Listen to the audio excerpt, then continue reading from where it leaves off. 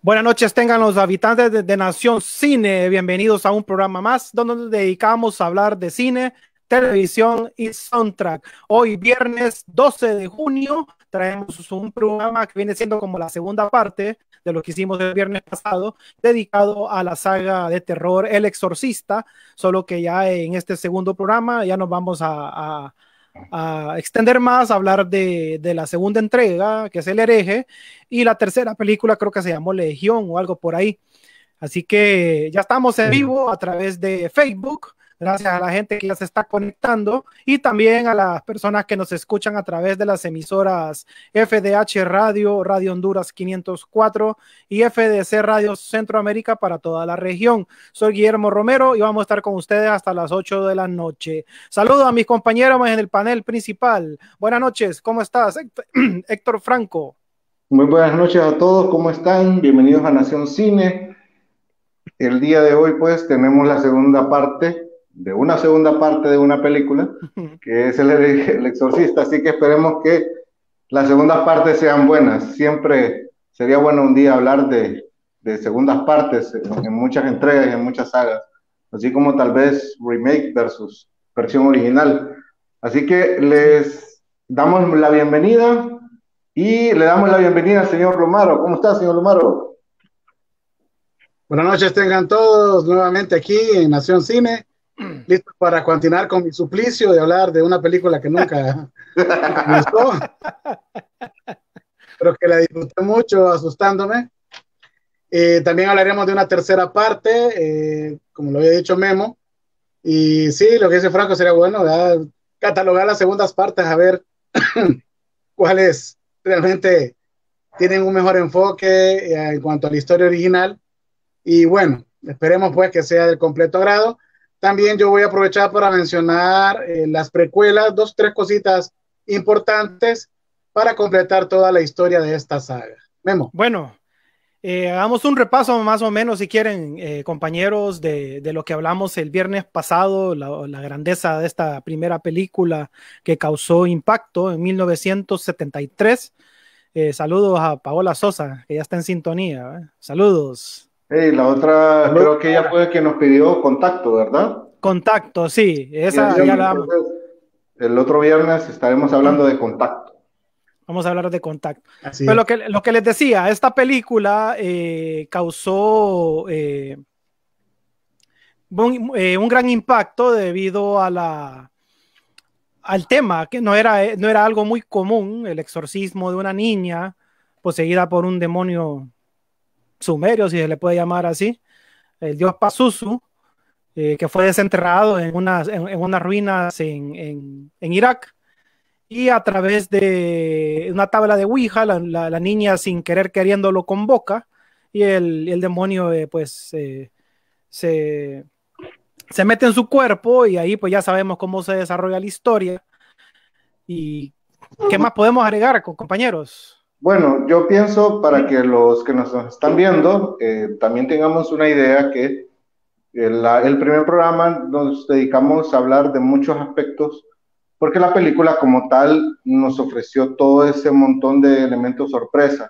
Por ejemplo, una película en Moisés Fletes no supera el trauma. No, la verdad que todavía que hay gente que ve la película con un miedo todavía. Entonces, situémonos en el contexto de la historia en el 73, donde muchas películas no se estaban dando en ese tipo de género y de repente esto vino a crear un nuevo género de terror. Entonces, cosa que me llama mucho la atención para dar pie a lo que vamos a hablar del día de hoy, de la segunda parte, es que en el sitio de películas, que ahora es un gran sitio de películas de referencia, lo que es Internet Movie Database, tenemos que El Exorcista tiene una puntuación de 8.0 y las críticas y obviamente el culto que desarrolló la película fue algo excelente, pero ¿qué sucede? La historia termina con un desenlace final. Nunca nos esperamos que hubiera una segunda parte, porque en este caso el padre Miller pues muere, el padre Carras agarra el demonio y se muere. Regan, esta vez sí, Regan, pues se va ¿Quién? con la mamá. Franco. ¿Ah? ¿Quién es el padre Miller, bo? Fíjate, el padre de Max von Merrin. Sydow, Merrin, perdón, Merrin. Merrin, perdón, Sí. el padre Merrin, perdón, el padre Merrin muere, el padre Carras muere, Regan, por su parte, pues se va con la mamá y todo el tema quedó ya en un total desenlace. Y en el 77, pues es la sorpresa de que existe una segunda parte de lo que es el Exorcista. Entonces, creo que hubo bastante expectativa, pero al final la única persona que vemos que participa en la película es Linda Blair. Esto es lo único que yo puedo decir por los momentos de lo que estamos hablando de la primera película, dando pie a lo que vamos a hablar del Exorcista 2, el hereje. Sí, No sé, Omar. recordándole a los oyentes y a los que nos están viendo en Facebook, que la primera entrega tuvo dos versiones, que la versión original de 1973 y la versión extendida creo que en el 2000 fue lanzada en el 2000 y permítanme que ahorita me están metiendo ruido. Esa es otra cosa que les iba a decir. Hay algo muy importante y algo que estuve viendo en estas películas. Si bien la historia de el demonio que encuentra el padre Merrin en las cuevas de Irak, esto dio pie para desarrollar lo que fueron las precuelas del Exorcista, que en mi opinión tuvieron un mejor éxito y tuvieron una mejor historia que lo que fueron las secuelas del Exorcista. Entonces, la historia antes de, es verdad que Linda Blair sufrió, no sé si paranormal, la lesión en su espalda, sí, fue por sus movimientos, pero no fue por una cuestión paranormal, Moisés. Fue por una cuestión No, él lo está de diciendo ahí, él no lo algo dice paranormal, claramente. sino una lesión en su espalda por algo de movimiento, es que como pone las Sí. preguntitas. Es correcto, sí, fue por una cuestión técnica que ella tenía un equipo que estaba atrás jalando cables, entonces cuando ella se movía para el frente, los tipos la volvían a jalar, entonces eso le desarrolló a ella un problema en la espalda durante muchos años. Entonces, qué cosa más curiosa que en una película, las precuelas que fueron filmadas años después tuvieron una mejor historia que lo que vamos a analizar el día de hoy con las secuelas, como lo que es el hereje y la tercera que ya voy a averiguar cómo se llama. Ajá, La Memo, tercera seguías. creo que es Legión, bo. Legión, vamos a ver. Creo Decía que es Memo. Legión. Sí, la diferencia que hay entre la primera versión con la segunda que salió en el 2000, que es la versión del director. Son algunas escenas, son más que todo unas escenas que fueron censuradas y las otras que no pudieron salir por cuestión de que no quedaron bien para el paladar del director, porque no existía la tecnología en esa época como para poder editar bien la escena y que saliera correctamente como él quería. Bueno, una de las escenas que fueron quitadas y fueron agregadas es la que les vamos a mostrar ahorita en pantalla, que es la escena donde ella baja de las escaleras Linda, y escupe sangre. Esa escena es una de las escenas que impactó. Estamos hablando bueno, verdad que ahí no se mira la cara de Linda Blair, ¿va? El Omar había expuesto algo sobre que No, no eso era es. Linda Blair, fue una contorsionista, ¿verdad? Es una contorsionista que lleva puesto un arnés que le permite caminar sobre las escaleras y ahí se le nota la protuberancia que tiene arriba de la cintura, el que ella lleva puesto un arnés para que le permita caminar hacia atrás, solo que eso en las cámaras que habían antes no le permitía que se mirara natural, digamos, pues se miraba muy muy falso. Entonces ya con el paso del tiempo, para la versión del 2000, el director logró computarizar, digitalizar esta escena y darle un mejor acabado para que fuera más creíble. Entonces, logrando ese impacto, lo que nosotros habíamos dicho que cuando la fuimos a ver en el 2000 al cine, nos reíamos de algunos efectos que eran bien arcaicos, ¿va? Y ya cuando vimos esa escena, fue un silencio rotundo en una sala, porque nadie esperaba eso.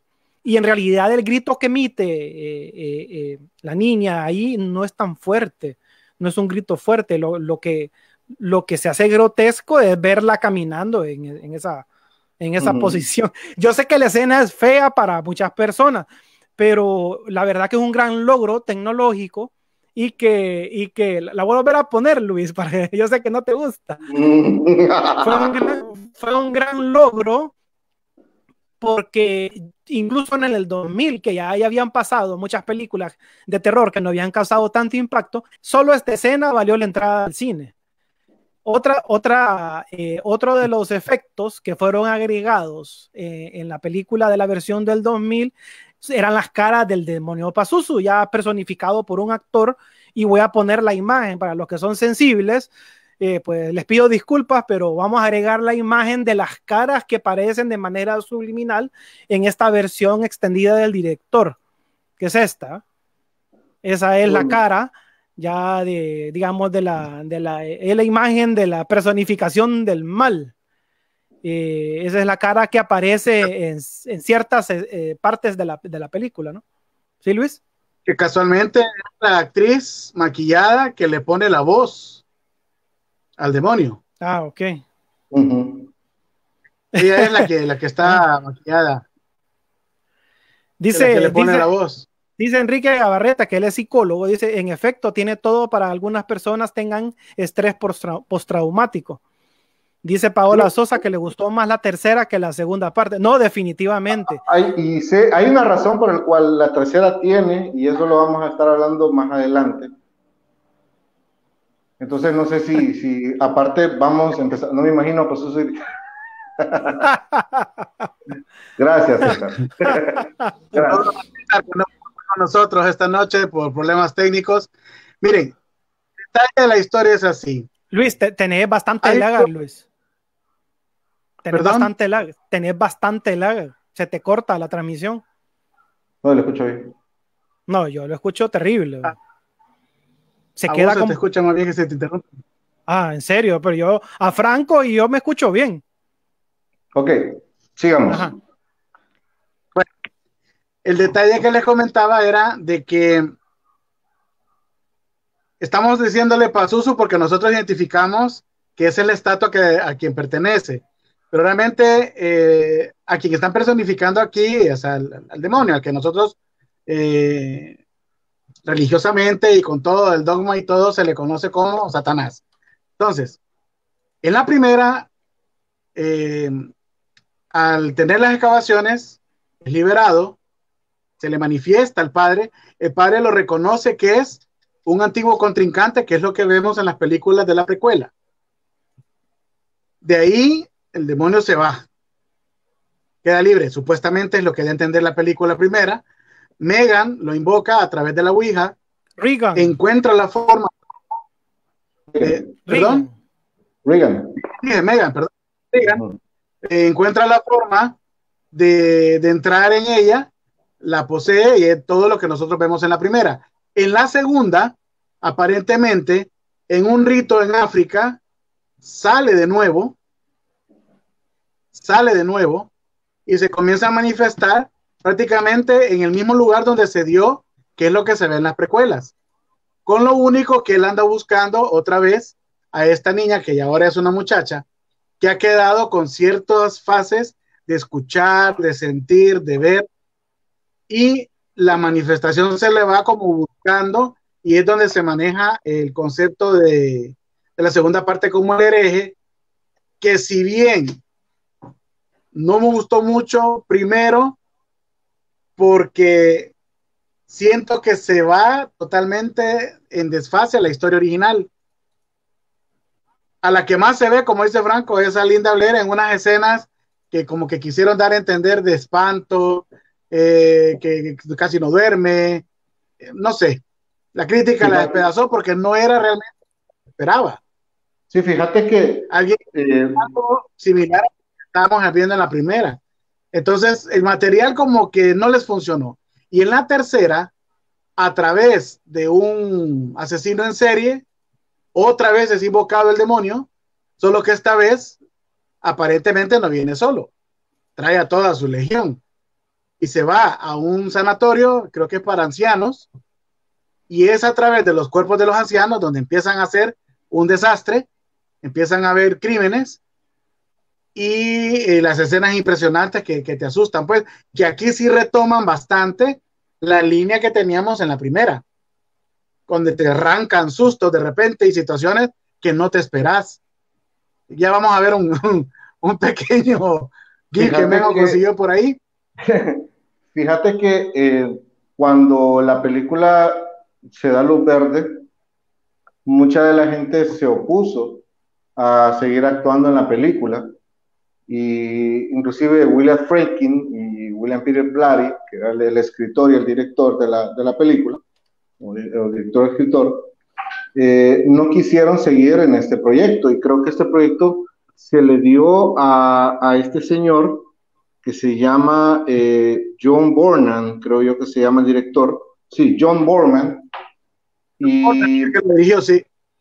y cuando le entregaron el libreto a Linda Blair, a ella le pareció un buen libreto, le pareció una muy buena idea. Okay. La segunda parte. Sin embargo, durante la película hubo bastante reescritura, se reescribió bastante el guión y no tenía como una razón de ser.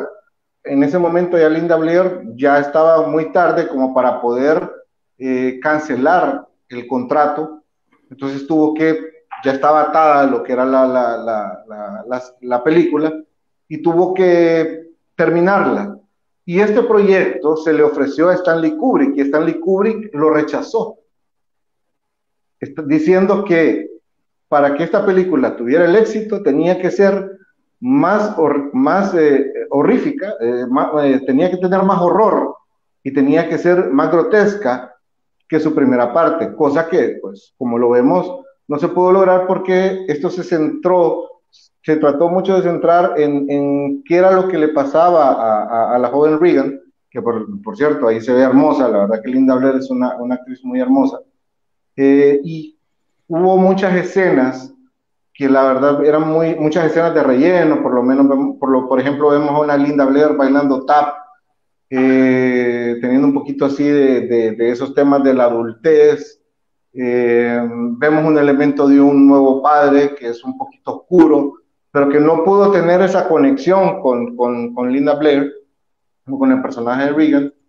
Entonces, siento que al final no quedamos en absolutamente nada, no hubo un desenlace tan directo, tan esperado como lo que fue la primera película. No sé ustedes qué opinan. Es que mira, la segunda película, en sí la trama, ellos se van de Georgetown y aquí tratan de seguirle la historia al sacerdote que queda, porque recuerden que en la primera mueren los dos, ¿va? Muere Merrin y muere Carras. Y entonces en la segunda le tratan de dar continuidad al otro sacerdote que queda vivo, que sí es apellido Miller. Sí. Este sacerdote es llamado es que él queda investigando la muerte del padre Carras, y él queda con eso de que quiere investigar y el origen del demonio y todo lo demás, y él viaja a la ciudad donde está Regan con su mamá y le dice que él tiene un proceso de hipnosis para poder recrear lo que pasó en la primera película, porque él está como reconstruyendo lo que sucedió en la primera película. Entonces él, en el proceso de hipnosis juntos con una psiquiatra, logran meterse en los recuerdos de Regan, pero quien hace primero el experimento es la psiquiatra, que le ponen una especie de corona electromagnética en la cabeza junto con Regan, y así logra meterse en la cabeza de ella, pero parece que el demonio dejó una especie como de residuos en la mente de Regan, y la psiquiatra empieza a tener problemas con ese demonio que todavía vive como recuerdo en la cabeza de Regan. Entonces ella no puede enfrentarlo, y es donde interviene el padre, creo que se llama apellido Miller, y se mete y trata de confrontarlo. ¿Ah? Philip Lamont se llama el padre, interpretado por Richard Burton. Philip, ok. Entonces el padre se da cuenta de que el demonio todavía vive en antigua casa de Regan. Él decide viajar, regresa a Georgetown, y a donde aparece la escenografía de la primera película, y cuando él entra a la casa se da cuenta que está la antigua Regan todavía acostada en la cama, y entonces él tiene un enfrentamiento, un nuevo exorcismo con un remanente de memoria del demonio realmente. Y ahí es donde él te remontan a su origen en África, que es esta famosa escena cuando lo está enfrentando, cuando el demonio invoca una especie de plaga de langostas y destruye la casa. Y bueno, y ahí es donde él se identifica y le dice que le pasó su terrible error, porque pasó no es ningún demonio, pero ante el conocimiento de la gente. ¿Ah? ¿Para ustedes hubo un exorcismo como tal en esta película? No, fue como un enfrentamiento cuerpo a cuerpo prácticamente. Ahí no hubo Entonces yo siento que ahí es donde la palabra el exorcista quedó como muy de lado de lo que se trató la película. Sí. No se lo malo. Sí, antes de continuar, que hasta Martín... Luis, antes de continuar, nos vamos a una pausa y regresamos ya metiéndonos más de lleno en esto de la saga del exorcista aquí en Nación Cine. Emisoras y Televisión de Honduras, su hosting proveedor de servicios digitales. Ofrecemos el servicio y la creación de plataformas digitales, radioemisoras online, televisión digital, páginas web, aplicaciones para móviles de contenido multimedia. Tenga su propio medio de comunicación. Comuníquese al teléfono 9697-8435. Pregunte por nuestros planes. Emisoras y Televisión de Honduras.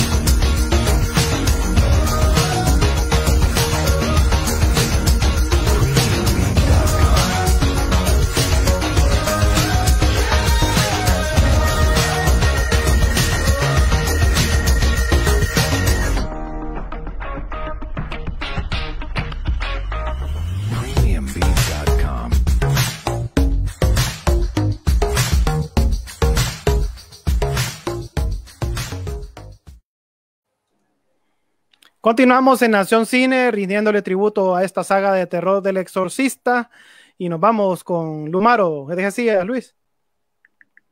Sí, que les decía que para lo que fue la segunda parte de la película El Hereje, básicamente se fue para una línea de culto a lo que era la fanaticada, ya que, bueno, con la primera prácticamente hubo un partir de aguas, ¿no? Lo que fue antes el género de películas de miedo, de terror, a lo que vino a ser después, que empezaron con este género. Y obviamente con este estilo de historias en las que son situaciones que te puedes sentir hasta identificado, ¿no? Y eso lo vuelve un poquito más como espeluznante a la hora de ser un espectador en la película. Fíjense que Martin Scorsese dijo en uno de los comentarios que a él le gustaba mucho la primera, El Exorcista, por todo el contexto que había de la situación de la Iglesia Católica, de la situación de la posesión, y que incluso hasta le asustó, le dio miedo. Pero para él, el concepto de la historia y la trama de lo que fue El Hereje superaba al Exorcista en este sentido. Entonces yo me puse a ver un montón de situaciones y sí, supera la trama porque la historia te la desglosa de mejor manera en cuanto al enfoque de contra quién están peleando. En la primera no, en la primera sabes, exacto, en la primera sabes que están ocurriendo situaciones porque se está dando una posesión, pero ya en la segunda ya sabes que hubo una posesión y lo que estás trabajando ahora es una historia que va a permitir como que la misma iglesia recopile lo que vivieron y las situaciones que se dieron por los dos sacerdotes muertos. Entonces eso es lo que se maneja en la segunda. Ya cuando vemos la tercera, aquí ya no es un sacerdote el que investiga lo que ocurrió, es el detective de la historia, interpretado por George Scott. Que es el detective, entonces, Luis, de la primera película. Apellido Linderman. Es el detective apellido Linderman, creo que es. Entonces, Bill Kinderman se llama. Kinderman, solo que cambian el actor porque el actor que interpreta en la primera película muere en el 76. Así es, entonces para 1990, que fue El Exorcista 3, La Legión, pues George Scott, un actorazo, lo recordamos en Patton y en otras muchas películas, una escena inolvidable. Horrible. Ahí tenés al sacerdote, perdón, tenés al investigador, al policía, en el que le llama la atención todo lo que ocurrió en aquella época, y ahora se está dando situaciones de crímenes de un sacerdote que muere en una extraña situación, que si yo quedé impactado es que le habían sacado toda la sangre y la dejaron en unas copitas, pero no había sangre en ningún lado. Que es él no se explica Luis, cómo. Y es un sacerdote amigo de él, porque a la raíz de los sucesos de la primera película, él queda con bastante amistad dentro de la iglesia, porque él queda con eso de que qué pasó aquí, o sea, asesinatos. Pues sí, porque hay un dato curioso. A él lo que más le llamaba la atención es lo que nosotros no vemos en la primera. Habían unas personas que asesinaron, que a la cabeza le daban vuelta completamente. Entonces hablan de esos asesinatos de varias personas, y la niña poseída hace el movimiento de la cabeza hacia atrás, que es donde después el investigador queda cuando los padres hacen todas esas anotaciones, y él queda con ese detalle.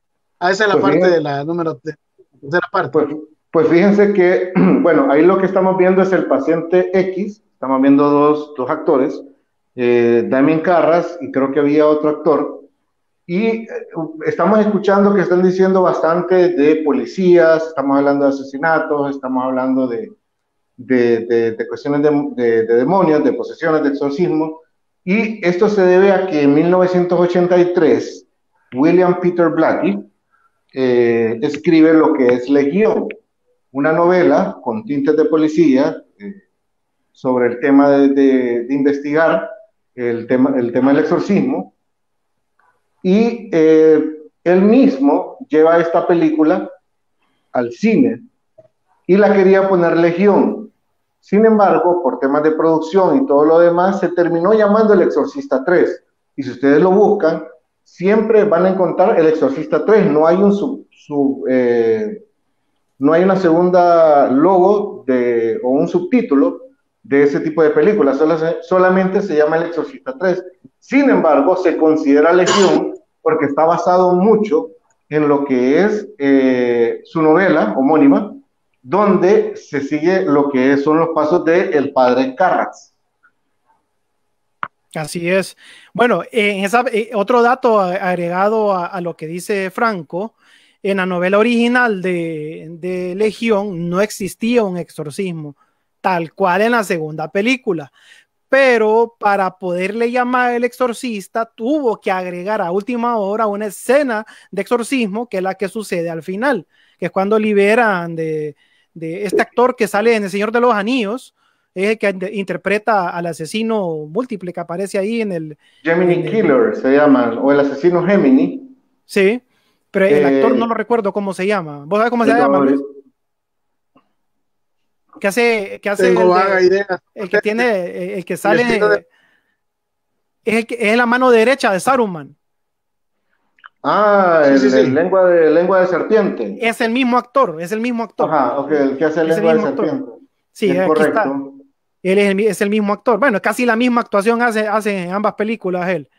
Pues tuvo que agregarle a última hora la escena del exorcismo, porque si no, no podía llamarse El Exorcista, la película. Porque la trama de Legión era netamente policíaca, con tintes de terror, ¿va? Donde podemos ver, por ejemplo, películas que se inspiraron en esta.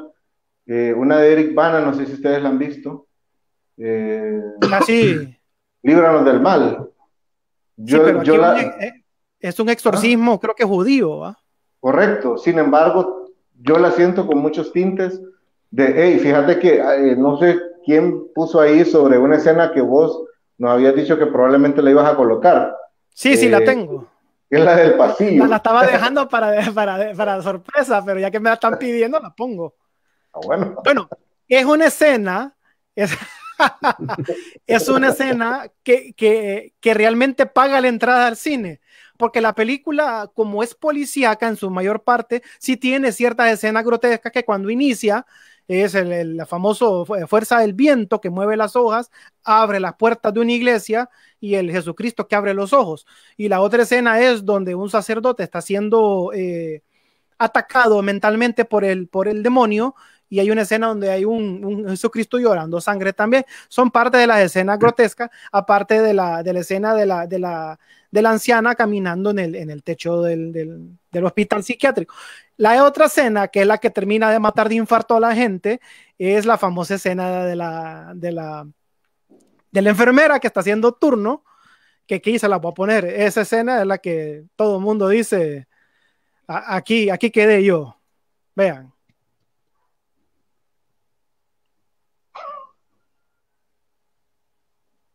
Terrible. Obviamente, verla así en diferido no tiene el mismo impacto que verla en la secuencia de la película, que es una escena lenta, bastante silenciosa, y uno no se espera esto. Obviamente la escena es un poco más rápida, aquí por el efecto del GIF se pierde un poco la transición. Aparte del chirrido que le meten a ese efecto, sí, también. Terrible. Esta es la escena que mencionaba Paola, del sujeto que anda decapitando gente ahí dentro del hospital, y luego le vuela la cabeza. Sí, y luego le quita la cabeza también a la estatua de Jesús que está ahí en uno de los pasillos del hospital. Esta escena es la que deja marcado, bueno, a mí me dejó marcado como por una década. Yo caminaba por el pasillo de mi casa y venía viendo para atrás, porque nadie se esperaba, sí, no, es que es cierto, ya nadie se esperaba esto, pues. Aparte del zoom que hace el director ahí, nadie se esperaba eso. Una escena terrible, y es la escena más grotesca, pienso yo, de toda la película, de toda la tercera película, que después tiene una escena más blasfema y todo eso, pero esta escena es la que lo marca uno. Bueno, cuando yo la fui a ver al cine, yo me paré, pues, quedé parado en la sala y me quedaron viendo, sentate vos, yo quedé, esa escena me impactó. Cuando yo la fui a ver, gritamos todos, man. Ahí no hubo nadie que dijera no grité. Ahí gritamos todos, porque es algo que, si te fijas, analizando bien el esquema de la escena, sos cruel, papá, sos cruel. Sí. Si te fijas, la escena te da a entender, no es como las películas de ahora que vas a ver inclusive el corte en directo, en vivo, de todo color. Entonces, aquí te da a entender qué es lo que ocurre, pero el enfoque del susto está tan bien hecho que te digo, sí, lo deja uno, como dicen, con los pelitos parados. El actor que interpreta al asesino serial se llama Brad Dourif. Fue el que hizo el asesino. Él tiene una característica a la hora de actuar en su esquema de drama, que no parpadea, entonces los ojos le lloran. Y eso le da un poquito más como de fuerza a ese momento dramático. Entonces, eso lo pudimos ver en muchas interpretaciones que él hizo. Este asesino... Y de hecho, ajá, sí, Lomar, te escucho. De hecho, fue al Oscar y al premio Emmy por las interpretaciones que tuvo en la película One Flew Over the Cuckoo's Nest con Jack Nicholson. Ahí sale él también. Buena película, la verdad. Fíjate que ahí no me acordaba yo que salía él. Ahí sale. Yo cuando vi esa película... Yo recuerdo a Danny DeVito, a Christopher Lloyd. Correcto. Pero a este actor corto, después no largo. Saludos a quien nos pidió, el cine de Kurosawa. Creo que aquí habemos, hay varios fanáticos aquí de lo que es el cine de Kurosawa, y pues con mucho gusto pues vamos a elegir alguna película de él, puede ser Yojimbo, puede ser Siete Samurai, así que le agradecemos. el asesino en serie que vemos en esta película fue inspirado en el asesino Zodiaco, uno de los asesinos en serie más famosos que creo que todavía no, bueno, hasta hubo una película. ¿Nunca supieron quién fue? Que nunca supieron quién fue, hubo una película de Jake Gyllenhaal y creo que Robert Downey Jr., si no me equivoco, Sí. donde tratan este tema. Yo siento que El Exorcista, podremos seguir hablando de las precuelas, de las secuelas, podemos hablar de compararla con muchas de las películas que vemos ahora, donde los efectos especiales pueden hacer muchas cosas. Sin embargo, yo siento que la historia, el guión, es el que te va a capturar, y los elementos también.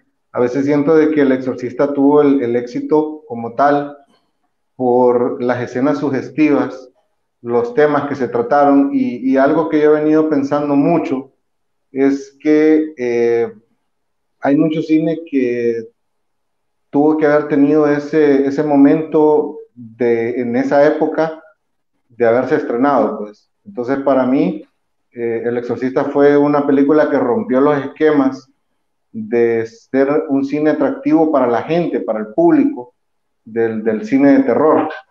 Entonces, yo no sé ustedes cómo ven el impacto de lo que son estas precuelas en lo que es la cultura popular y en lo que es en el cine, pues, de lo que inspiró o lo que sigue inspirando a lo que es este cine, que es un cine de terror, que cambia con el tiempo, a veces ya no da miedo, a veces hay que buscar nuevos elementos para que la gente tenga nuevo tipo de miedo. Entonces, no sé ustedes qué opinan, ya pues a unos 20 minutos del programa, de lo que es este género, pues, del tipo de películas. Fíjate que lo que pasa que es que desde que empezamos a ver cómo se desarrollan las producciones y desde que te das cuenta de que todo es un efecto especial, que antes no lo mirabas de esa manera. Sabías que era una película, sabías que eran actores, pero cuando entrabas al cine te olvidabas que estabas, como quien dice, en este mundo y te compenetrabas a la magia de lo que te daba la pantalla. Con los efectos sonoros de ese entonces, vos disfrutabas de la película y te metías en la historia, siempre y cuando no hubiera ningún ser de otro planeta que llegara a estar hablando o interrumpiendo, etcétera, en la sala de cine, cosa que es lo que tenés ahora. Hay mucha distorsión, hay demasiada bulla, hay mucha gente haciendo y deshaciendo y no te permite disfrutar de la manera como se supone que está concebida la obra.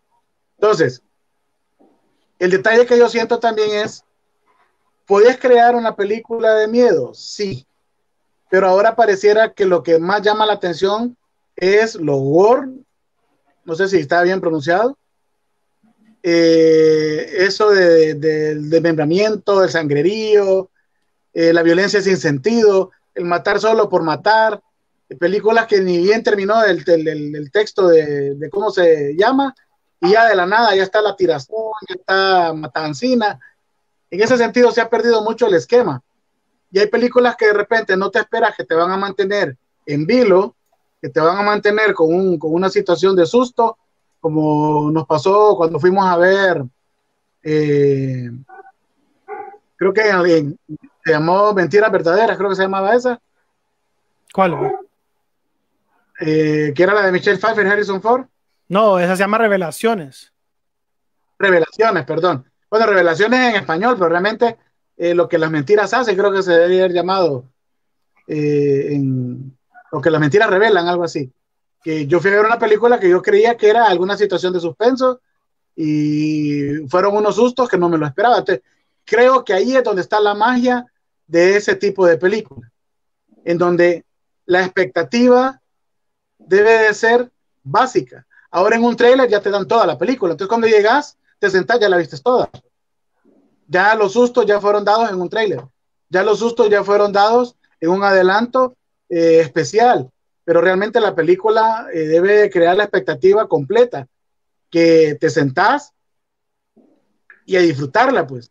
Bueno, hay una película que es una comedia y te saca un susto que no te lo esperaba. Yo vi cómo traquearon los asientos, Yo vi a la gente cómo botaba el refresco, cómo botaba las palomitas con el susto en la película Cocodrilo Dundee 1, que es cuando la muchacha que va a Australia está llenando una cantimplora con agua y sale un cocodrilo del agua y le agarra la cantimplora. Entonces, es un susto que no te lo esperás. Entonces, Wow. y estás viendo una comedia. Pero cuando estás viendo una película de terror y estás enfocando que lo que querés generar realmente es miedo, entonces hay películas que realmente se prestan. Oye, ese efecto de Te luz. quedan las escenas grabadas. Memorita, la escena emblemática. Entonces, Mira, ese es el detalle. Que en el cine moderno todo eso se ha perdido porque las escalas se han ido a lo sexual, a lo sangriento, al desmembramiento, a eso, pues, entonces se pierde realmente el sentido de lo que es tener miedo. Creo que en algún momento hay películas como las que se dieron en el cine mexicano, lo que Hasta el viento tiene miedo, Más negra que la noche. Me explico, son películas que te daban miedo, no las de ahora que son terror y te quedas así en toda la película y eso era todo. Es vemos. lo que da. Sí, fíjate que lo que dice Luis es cierto. En las películas modernas, no sé, por lo menos a mí no me, y no es que van a decir, este es la gran cosa, pero por lo menos a mí no me asustas tan fácilmente. Y porque a mí me da más miedo el terror psicológico, no sé, tal vez con la ayuda de algún psicólogo se podría explicar más eso. A mí me da más miedo películas viejas como El final de la escalera, las películas mexicanas, Hasta el viento tiene miedo, El libro de piedra, como dice Más negra que la noche. Más negra que la noche, Bueno. una de unos gemelos que eran siameses. Las películas gringas que mencioné, Más negra, perdón, Al final de la escalera, la primera de Psicosis. O sea, son películas que realmente vos apagás el televisor o venías del cine y te queda la película dando vueltas en la cabeza, te queda el soundtrack en la cabeza como un gusanito, así cuando vos andas repitiendo una canción todo el día, te queda ese soundtrack todo el día en la cabeza y al momento que vos apagas la luz para irte a dormir, el cerebro te juega una jugada terrible y se te vienen hasta en alta definición todas esas escenas que viste en la película. El cine de ahora te asusta por los ruidos repentinos, pero una vez que salís, te vas a comer, te vas con tus amigos, se te olvidó la película.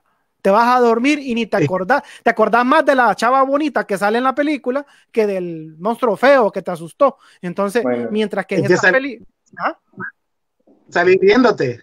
Sí. Imagínate todas las escenas sugestivas que pusiste ahorita, solo de la película que estamos hablando el día de hoy, del Exorcista. De la saga. De la saga del Exorcista. Gracias, no voy a... Esa es la idea, es que esa es la idea, la verdad. Vamos a una pequeña pausa para saludar, que hemos tenido bastante gente. Saludos a Mario Herrera, que tarde se conectó, pero que siempre estaba pendiente. A Paola, que ya nos tiene chamba para el otro viernes. A Cristian Josué Erazo. Le dejo chance a mismo, pero también para que le... Sí, saludos a Cristian hasta New Orleans. A Roberto Sánchez también por la recomendación. Creo que Verónica es una película de terror de Netflix.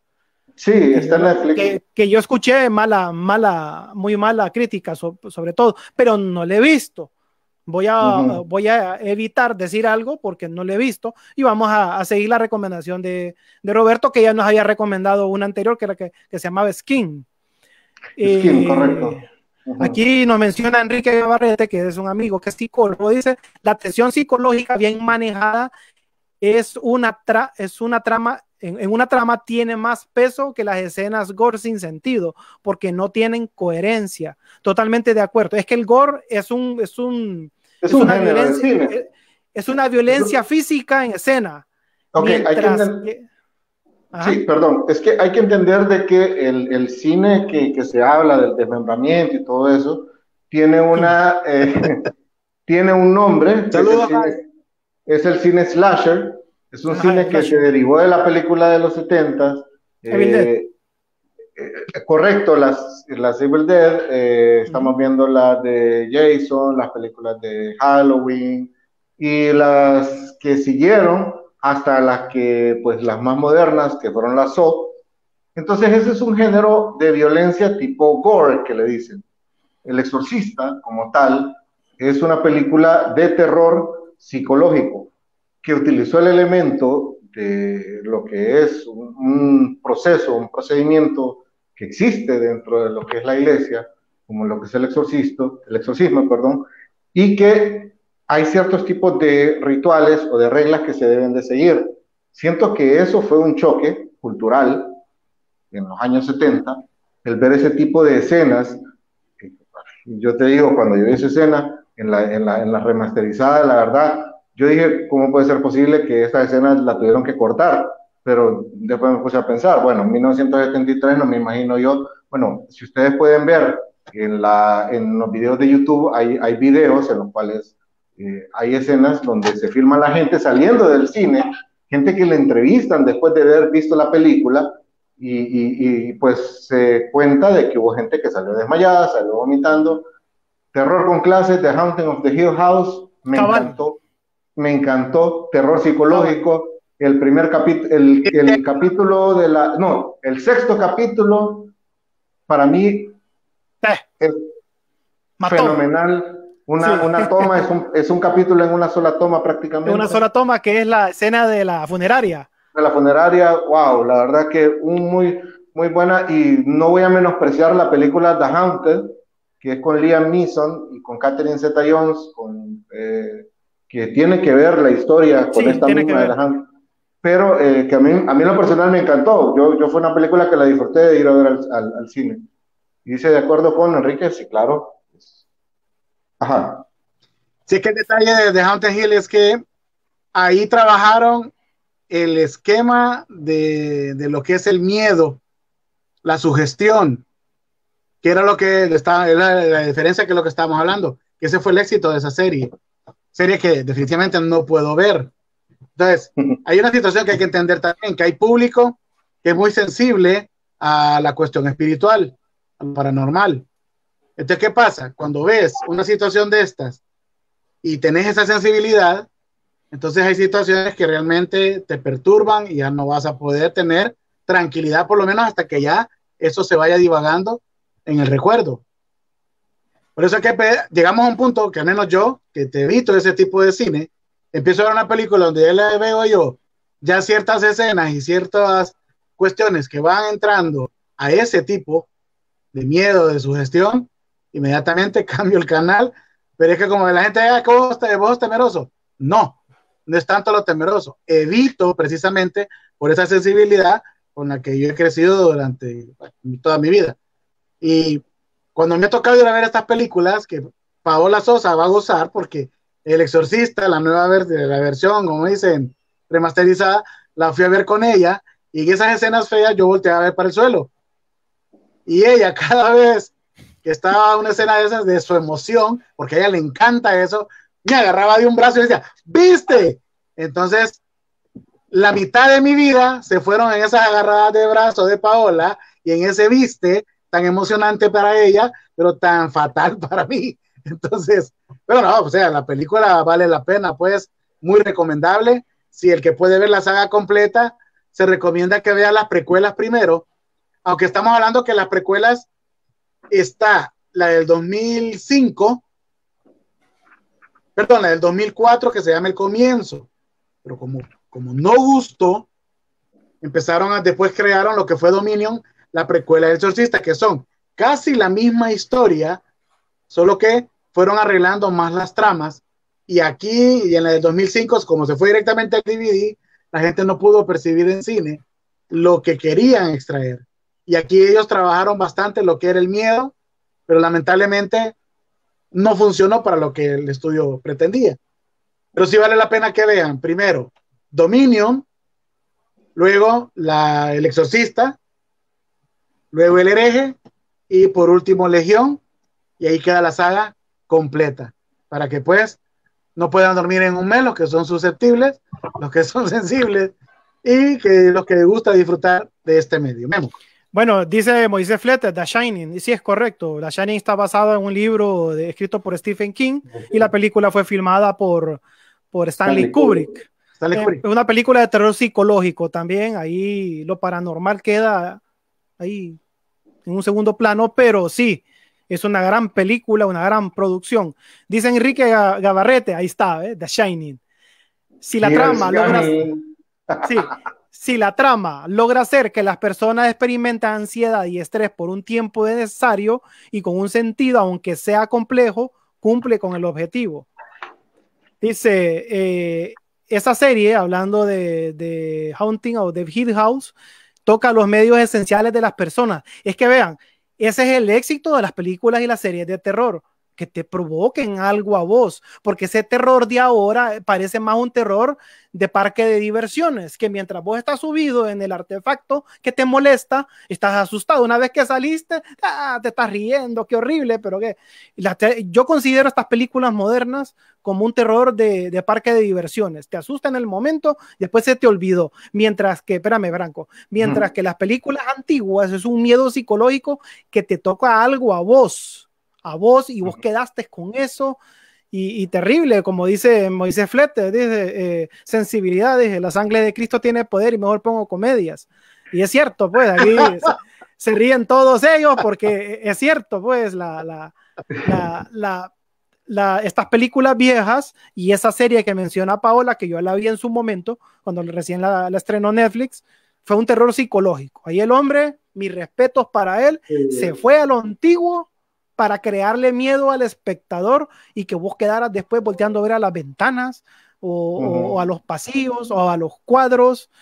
Para mí ese juego de las estatuas, para mí fue algo fenomenal. O sea, que vos caminabas por un pasillo, las estatuas estaban en una posición, venías de regreso y las estatuas estaban en otra posición. Para mí eso fue genial. Pero ojo, también por eso es muy recomendable ver el cine del otro lado del charco, el cine de terror, porque pues nosotros como hemos descubrimos una película tailandesa fenomenal, The Shooter, que después México, de ahí Estados Unidos, de ahí Corea, de ahí Brasil creo que también hicieron sus propias versiones de esta película y ninguna le llegó ni a los talones de esta producción. Entonces, el cine asiático de terror es muy sugestivo, muy buenísimo y muy recomendable. Yo les comento rapidito, yo vi The Shooter con proyector porque creí que iba a haber una película de suspenso. No, hombre. Y la pasada de las luces que se encienden y apagan, ahí me di cuenta que es lo que estaba. Ahora digo, me lo trago porque no me queda de otra. Esa película trauma. Sí, mira, cine asiático de terror, la primera o sea, la original de Ringu. Ringu. The Grudge del Rencor. The Grudge. A Tale from Two Sisters de Corea. También, la de las aguas negras, esa es, ¿verdad? No, aguas esa turbulentas. Esa es otra que la hizo con Jennifer Connelly, que fue mala. No, pero digo la original. De la original, una de que Jessica Alba le hicieron un remake del ojo, de un trasplante de ojo también, que es basada en una película japonesa. O sea, hay bastante cine de terror. Hay bastante es que la nueva versión no, por eso te digo, deberíamos de hacer un programa de remakes, de versiones originales y todo lo demás, porque hay bastante tela que cortar en ese tipo de temas. Sí, y sería bueno de glosar también la serie que mencionó Paola, porque en un momento yo hablé de la serie cuando estábamos en la radio, hace más de un año, pero sería bueno ya volver a hablar de esa. Con ahí gusto está, la vuelvo a ver para You and the Grudge. Sí, You and the Grudge se llama la saga de japonesa, que después el mismo director hizo una versión gringa, pero es que se pierde la esencia realmente cuando ya empiezan los elementos sugestivos. Okay. Sí, tiene que ser sugestivo. Bueno, yo quiero aprovechar a saludar a nuestra madre Marta y Luz, que estaba pendiente, que ella dijo que qué escenas tan feas las que estamos poniendo. Madre, la culpa es de su... Ya la puedo volver a poner solo por eso. Vaya, ahí va a ver. Ay, no. Esta para mí es la peor. Esa parte sí es terrible. Fíjate que la primera vez que yo vi El Exorcista, la escena que más miedo me dio fue precisamente esta. Ver a la niña haciendo esas contorsiones en la cama. No era algo visual, pues. Y para mí verla haciendo eso, que le provocó después a la actriz Linda Blair una lesión en la parte baja de la espalda, para mí esa escena fue fea y yo creo que fue la que más me asustó, porque la de la grada fue posterior. Otra de las cosas, rapidito, es que mucha especulación de que Linda Blair después quedó traumada, que no salió. El programa anterior yo había explicado los detalles de ella, fue que no supo asimilar la fama, se fue a vivir con un músico a muy temprana edad. La gente no aprobó la relación de ella, siendo ella muy pequeña, a juntarse con un hombre ya mayor. Bueno, le llevaba más de 10 años. Ella se hizo alcohólica. Entonces todas esas cosas hicieron que más bien se aislara del público y no aprovechara las oportunidades que se le fueron presentando debido a todas las cuestiones que se puso a hacer al no saber asimilar la fama. Y en la década de los 80 yo vi varias películas donde ella salía, incluso hizo una película con Michael Dudikoff, el que salía en El Auto Fantástico. No, perdón, David Hasselhoff. Michael Dudikoff es el ninja americano. Es el American, el que vos mencionaste es de American Ninja. American Ninja, sí, bueno, ya hablo de Hasselhoff, perdón. Hicieron una película que era una especie como de comedia, de acción, y sale ella como de maestra, bien guapa, por cierto, pero fueron películas como para televisión, no dieron resultado. Entonces, ahí dice Mario, tu mami dice que yo no dormí, ¿cierto? Y no voy a dormir, ya me llevó el diablo. Saludos, hermanito. Y entonces, verla después haciendo el mismo rol de la película que le llevó al éxito, ya en una fase de comedia después, pues a mí en lo personal no me gustó, digo yo, no te puedes encasillar, pero si eso fue lo que le salió en ese momento, hasta la fecha, pues ella escribió libros, ella se dedicó a ciertas, creo que eran manualidades, y de ahí para allá, ha perdido prácticamente el horizonte. Bueno, compañeros, nos vamos. Nos vamos, gracias a todas las personas que estuvieron pendientes del programa, que espero que lo hayan disfrutado. Espero que al momento que paguen la luz o para irse a dormir se acuerden de todas las escenas que les compartimos. Es broma. Pero ojalá los que no han tenido la oportunidad de ver la saga completa, mírenla, disfrútenlo. Son buenas piezas si la ven completa la saga. Si la ven separada, pues sí van a encontrar que una película es deficiente en comparación con la otra. Disfruten la historia completa. La otra semana nos venimos ya con recomendaciones que nos han hecho nuestros habitantes de la Nación Cine, como es el Contacto. La otra película que recomendó Roberto, que es Victoria, vamos a verla y verla como se debe, verla de noche. Así que, bueno, nos vamos. Espero que hayan disfrutado del programa. Acuérdense de las escenas. Y si no, pues se las dejamos en el cierre también para que las disfruten. Nos vemos. Buenas noches. Nos vemos. Buenas noches. Esto fue Nación Cine, el programa donde nos especializamos a hablar de cine, televisión y soundtrack. Buenas noches. Buenas noches.